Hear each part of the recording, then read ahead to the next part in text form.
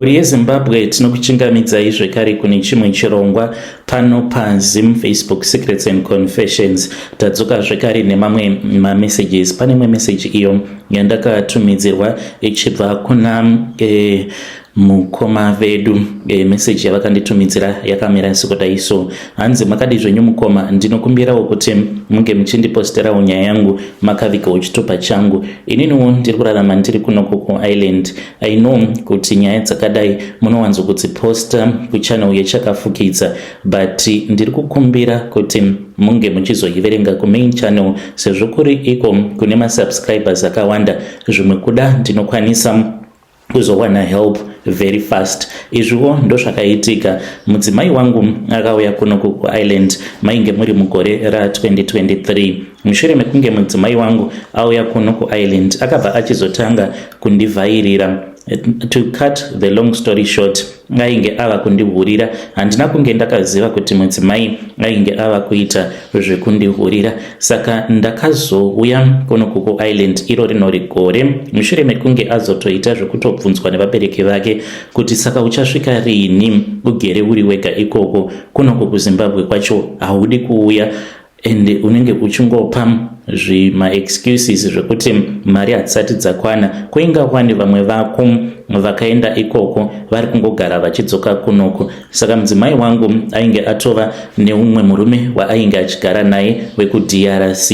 Mudzimai wangu akazogadzirwa nemukadzi wacho wemurume iyeye uyo wekuDRC, because mudzimai wemurume iyeye ainge ari kuchikoro kuGermany. Saka paakazodzoka Ireland, that was when she discovered kuti there was a relationship that was going on. Mudzimai wangu nekuda kuprova a point ndipo paakabva achizotanga kundimhanyisa kuti ndige ndichigadzirisa zvinhu, achitanga kutumidzira mari yekuti ndige ndichikwanisa kuzouya kuno. Ndainge ndiri murima, handina chandainge ndichiziva. Ndakabva ndachizouyawo kuno kuIreland. Ndauya kuno mudzimai wangu ainge achida kuti pandinenge ndiri ndipo paanenge ari. Sezvisinei mukadzi wechikomba chake akazoti azviziva kuti ndainge ndava kunoku, akazouya one day akasvika mudzimai wangu asipo aenda kubasa. Akabva achizondiudza kuti mudzimai wangu ainge achihura nemurume wake.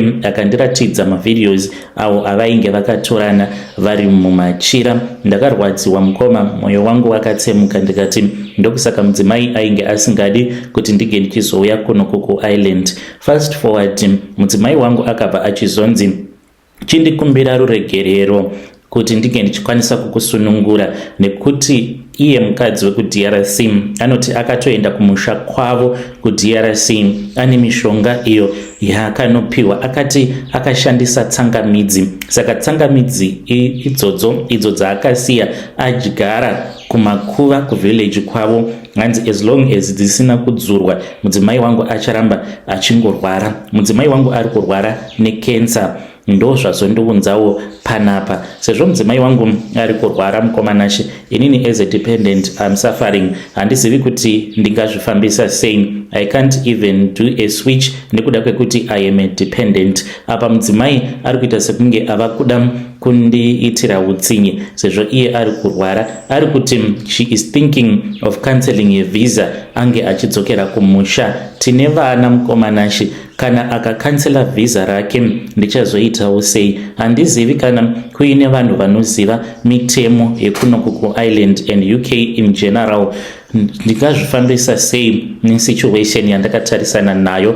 Mudzimai wangu ari muchipatara. Kutaura kudai kushanda haasi kutoshanda nekuda kwekuti ane kensa, asi mukadzi wechikomba chake ari kuti chandiri kungoda ndechekungoti ungotikumbira ruregerero, ungondiudza kuti ndakakutadzira, nekuti panguva iyo yandainge ndichinetsana nemurume wangu iwe ndiwe wainge uchizvikonzeresa. Just tell me kuti you are sorry. Ndinobva ndachizofonera vanhu kumusha kuti vange vachidzura tsangamidzi dzacho. Asi mudzimai wangu anoramba ari kuti iye havana kumbogara vakadanana. Ndakamubvunza kuti ko mavideos avo andakaona ari kuti mavideos iwawo akagadzirwa neAI. Saka chandiri kuda ihelp, ndingaitawo sei kuti mudzimai wangu asakansela visa rake? Dzimwe nguva ndinozotoita kutotorera foni anenge achida kutonyora email kuti ange achikansela visa rake. Once you cancel the visa, inini se dependent, where will I be? Nekuti muridzi wevisa anenge akansela. I need help mukoma. Posta inyaya iyi nekukasika. I know kuti inyaya yamunokwanisa kuzoposta kuchakafukidza, but ndiri kukumbirawo nenyasha dzaMwari ipostei kumain channel ndikasike ndawana help kubva kune vanhu vanoziva ma-immigration law emu-Ireland and UK in general, uye zvekare kana kuine vanoziva kuti ndingazvifambisa sei ndiendewo kuma-warehouse kuPoland, kana variko vanokwanisa kundibatsira, please help me. Ndanga ndisiri kutsvaka hangu rudo pano, ndiri kutsvaka genuine help. Yo vedare ndo message iyo yandakatumidzirwa ichibva kuna mukoma vedu avo vari kuIreland. Ngativabatsirei. Hanzi kana uri dependent, kana muridzi wevisa kana akatanga kurwara akatadza kushanda akati iye ava kuda kukansela visa, iwewe as a dependent, what happens to you? Unofanirawo kuti unge uchidzokera here kumusha. Uye zvekare vari kuti kana kuine vanhu vari kuPoland vanokwanisa kuvabatsira vakwanise kuenda kuma-warehouse. Hanzi dai ndainge ndiri truck driver ndaikwanisa kukasika ndaendawo kuPoland, but hanzi I am just a normal driver. Ngativabatsirei mavedu ava mucomment section. Zvakangooma hazvo vedu we pakaipa. Hanzi amai guru vakagadzirwa mukadzi wekuti RC akanodyara tsangamidzi kumakuva, saka as long as tsangamidzi idzodzo dzisina kudzurwa pakuva zvinoreva kuti vacharamba vachingorwara, but vari kuramba kungoti sorry, vari kunzi chingonditi sorry, but vari kuramba vari kuti AI hakuna zvakadaro. Pakaipa. Rekedzai tibva taenda panyedu inotevera. Nyedu inotevera yakamira sekudai so. Hanzi makadi zvenyu mukoma, ndinokumbirawo kuti munge muchindiposterawo nyaya yangu makavigawo chitupa changu. Ndakabatikana mune imwe confession iyo yamakatumidzira yandakateerera umwe murume uyo ari kuti akaroora mukadzi anoita zvemanjuzu.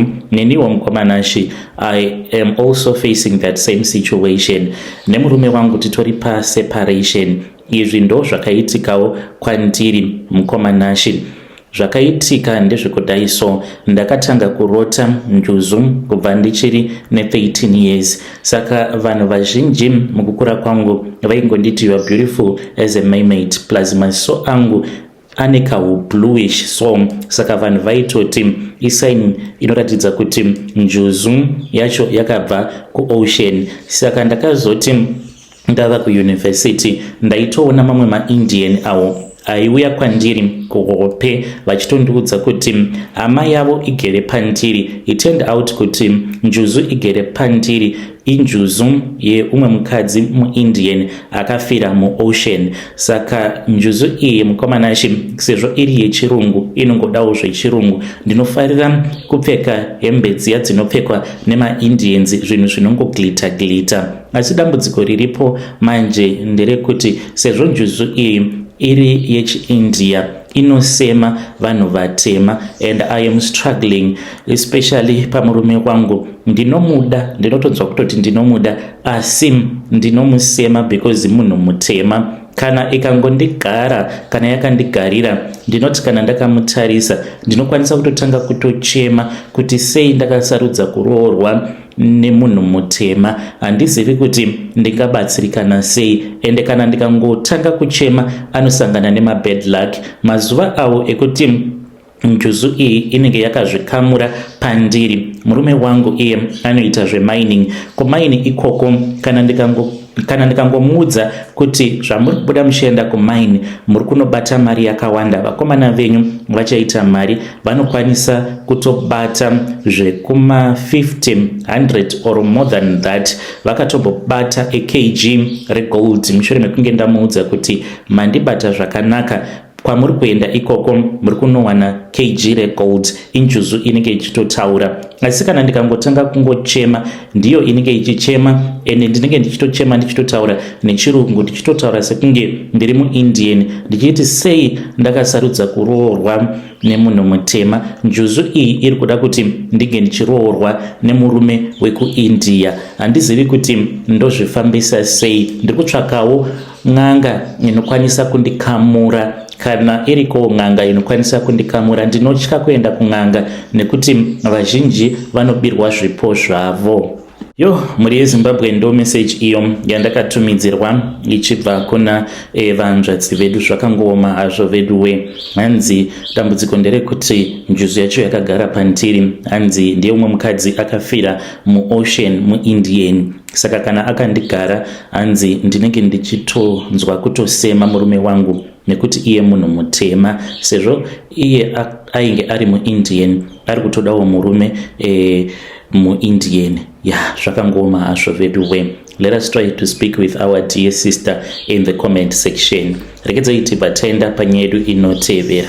Nyaya yedu inotevera yakamira sekudai. Hanzi mukomana chimakadii zvenyu? Zvakaitika gore iroro handifi ndakazvikanganwa. Ndo gorewo randakatanga kuzoenda kun'anga mushure mekunge ndadzingwa basa ndichipinda mumakambani akasiyana siyana 3 times. Vana Wilson takaendako tikanoshanda.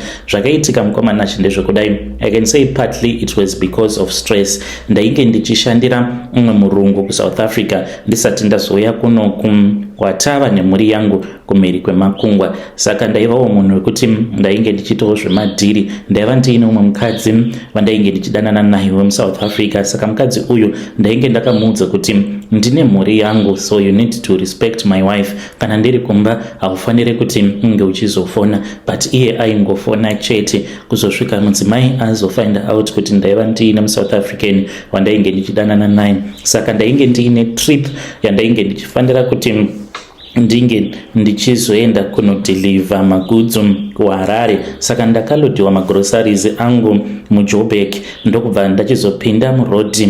Ndainge nditori negirlfriend akazomburukira zvake muPolokwane akazodzoka kuJoburg. Ndakarara naye pane kamwe kalodge. Mangwana acho makuseni ndikabva ndachizoenda naye ndikanomusiya ndamukwidza ava kudzokera kuJoburg. Inini ndikabva ndachizoenderera mberi nerwendo rwangu. Nekuda kwekuti mudzimai ainge ava kuzviziva, dzainge dzangova nyaya dzekungogara tichingotukana pamafoni apa munhu uchidhiraivha zvainge zvichindishungurudza nekuti mudzimai aigara achingondiaccuse achingondituka apa nekuda kwestress yekuti zvino mudzimai wangu ko iyewo akazofunga kuti ange achizozviita. Ndakati ndayambuka bhodha ndava muBeitbridge ndainge ndakatopaka hangu, ndipo apo pakabva pachizosvika umwe mukadzi.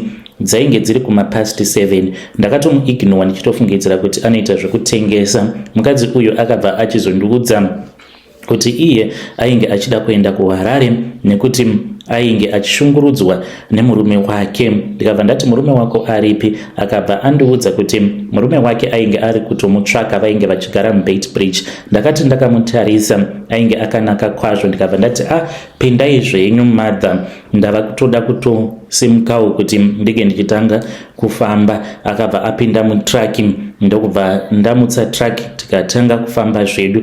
Takati tafamba akabva andiudza kuti ainge achinzwa hope. Akabva achizoenda akanorara kuchimubhedha. Saka ndakangoti ndatarisa ndopandakabva ndachizoona kuti ainge atokwinya sketi yake, ainge atosara zvake asina kana chaainge akapfeka, kunyange chipfeko chemukati ainge asina kuchipfeka. Ndakamubvunza ndikati, katsi unoita zvekutengesa muviri wako here? Akabva anditi, sei wadaro? Ndikabva ndati, nekuti movement dzako dzauri kuita sekunge munhu ari kuzvimaketa, ini handina kana mari plus handiite izvozvo. Akabva anditi, kwete kana, it is just that ndanga ndichida kungoonawo. Saka zvinoreva kuti zvandinoudzwa nemurume wangu ichokwadi. Ndikati, murume wako anokuudza kuti kudii? Akabva anditi, murume wangu anonditi Kunyangwe umwe murume akakuona wakashama haana kana chaanozombonzwa pauri because you are not that attractive. Ndakati ndakamutarisa ndikabva ndati kwete, you are very attractive. Murume wako anenge achida kungokudzikisira, kungokupedza confidence chete. Akabva ati really? Ndikabva ndati hongu. Takabva tachizotanga kutaura. Ndainge ndava kuti ndichidriver ndakatomubata chidya, ruoko rwuri kuseri ndakamubata kuchimubhedha ikoko. Ndakambofamba kuda about 20 kilometers ndikabva ndachizonzwa kuti kana zvainge zvisingachaiti. Ndikabva ndati ndopaka here? Akanditi hongu, paka zvako, kasi mune zvamuri kuda kuita here? Ndikati unoziva wani. Akaseka zvake. Akabva achizonditi mune mvura here ndembotanga ndageza? Ndikabva ndati hongu mvura ndinayo. Ndakabva ndachizomudirira mvura akageza sikarudzi yake, ndokubva ndachizoendawo kuchimubhedha ikoko, ndokubva tachizotanga kurara tose. Asi mukomanashi, ndakati ndichingonopedza kurara naye, chakandishamisa ndechekuti ndakaona kuti painge pasisina munhu.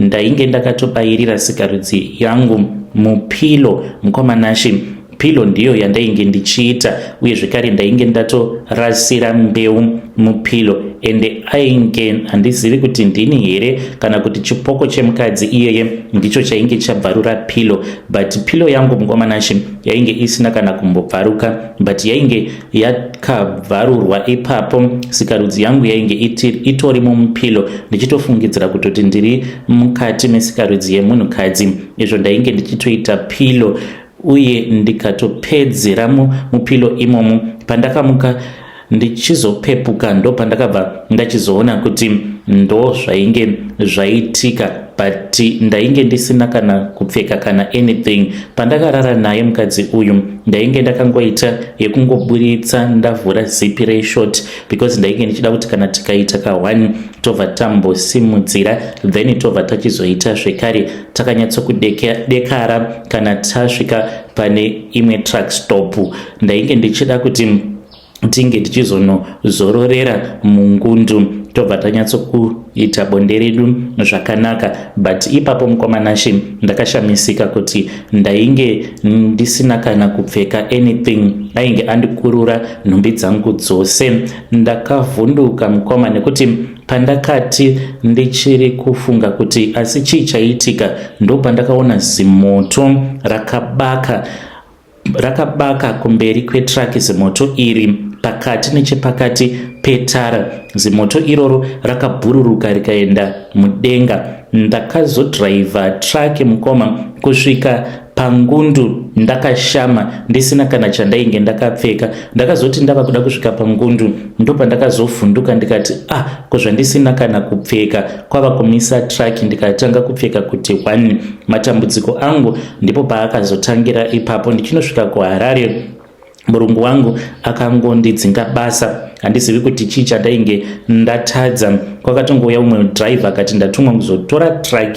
Ndikabva ndachizowana basa kuWilson, ndikadzingwa mukomanashi mufunge zvenyu kuWilson ndisina kana chandainge ndambotadza. Kubva ipapo it was one bad luck after another. Ndakazotangawo kufamba apa nekuda kwekuti ndainge ndava kusashanda muSouth African akabva andiramba. Mudzimai ndiye wandainge ndava kutomirawo naye, haana hake kuda kundiita chikawadi sezvandainge ndakamboita. Ndo pandakabva ndachizotanga kufamba ndiri ndega. Ndakazoenda pane rimwe sowe ndikabva ndachizonzi kumusana kwangu kwainge kwakagara mhepo yemufi. Saka mukadzi uyu iye hanzi zita rake anonzi Patie, hanzi ainge ari Hure Remu Beitbridge. Handizivi kana kuine vanhu vanogarawo muBeitbridge vainge vachiziva mukadzi ainzi Patie yaita zvokutengesa muviri wake. Saka hanzi chipoko chemukadzi uyo ainge achinzi Patie ainge achigara muBeitbridge achiita zvokutengesa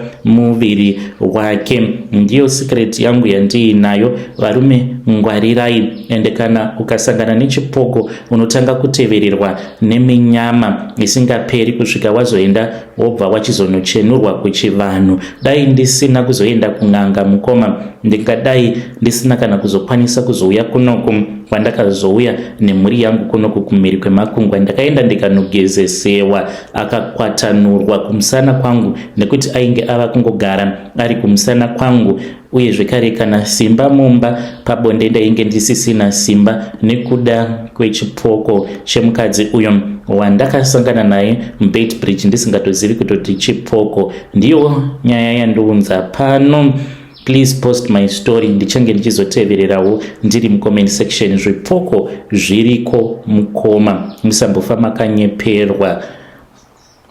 Vedare ndo message iyo yandakatumidzirwa ichibva kuna mukoma vedu. Hanzi kune chipoko chomwe mukadzi aita basa rekutengesa muviri wake muBeitbridge. Munoziva here mukadzi ainzi Patie? Hanzi akazofa, hanzi anomuka chipoko. Hanzi namukoma ava pandainge ndiri truck driver muno muAfrica, hanzi ndakambotakura chipoko chemukadzi iyeye ainge achinzi Patie. Strange things indeed they do happen in this world. Ngatisanganei zvekare mune zvimwe zvirongwa zvinotevera.